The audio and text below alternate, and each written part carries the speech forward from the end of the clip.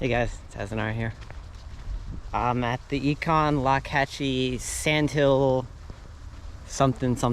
I've been here before. I've made a few meditation videos here before. If you like my content, please give me a thumbs up. I appreciate that. Subscribe. If at the end of the video or at any point you want to say something, just comment down below. I appreciate that.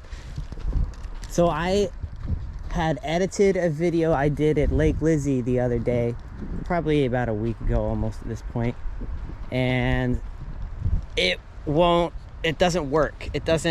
I don't know what happened. It's corrupted. I try and re-render it, it's just not working.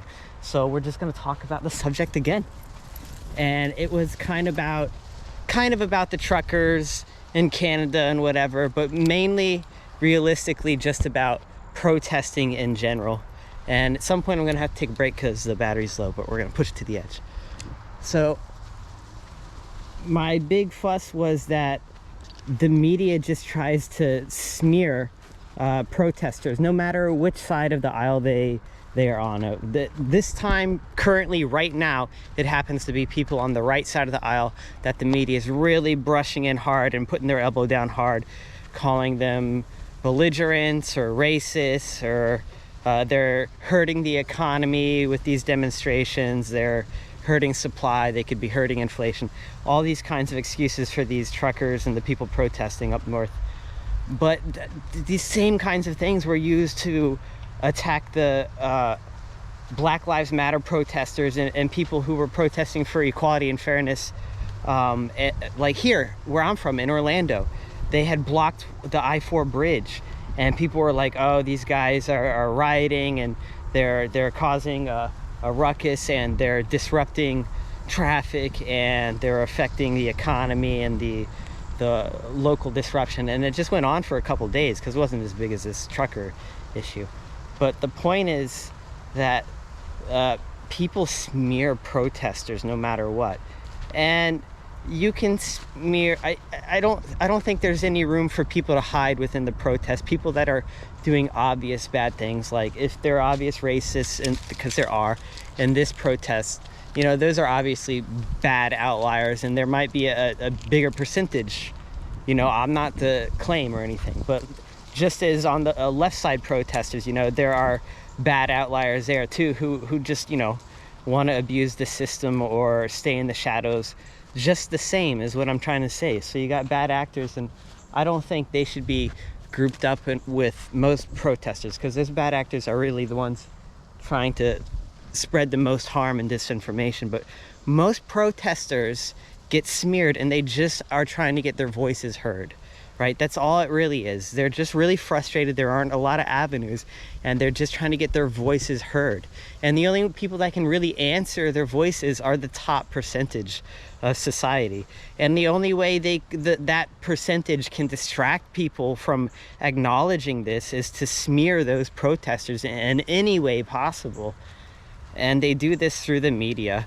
Like, that's the easiest way they get to do it. They can just pay for an agency, a news agency, a website, a newsletter, a magazine to just run a smear campaign against whatever. It doesn't even have to be accurate. It just has to be something people can click onto and get emotional. And if enough people bandwagon onto it, it becomes the new norm and follows the narrative. And that's all that's going on right now. They're trying to build a specific narrative, and it's you can see it with COVID, whether you're a skeptic or not, or you're anti-vaxxer or not. There's definitely some weird shit going on, and I'm not anti-vax or anything.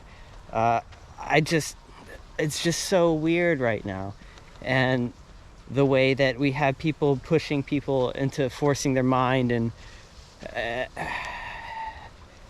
it just really seems like the most powerful individuals are just pushing us apart, and that's the goal. And it frustrates me.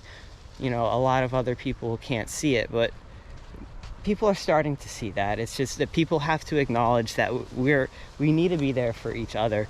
We need to be there to support each other, to listen to each other, show as much respect as we can for disagreeing ideas, and come to some middle ground, right? Instead of just wanting our idea to be in control and power, and not think that through.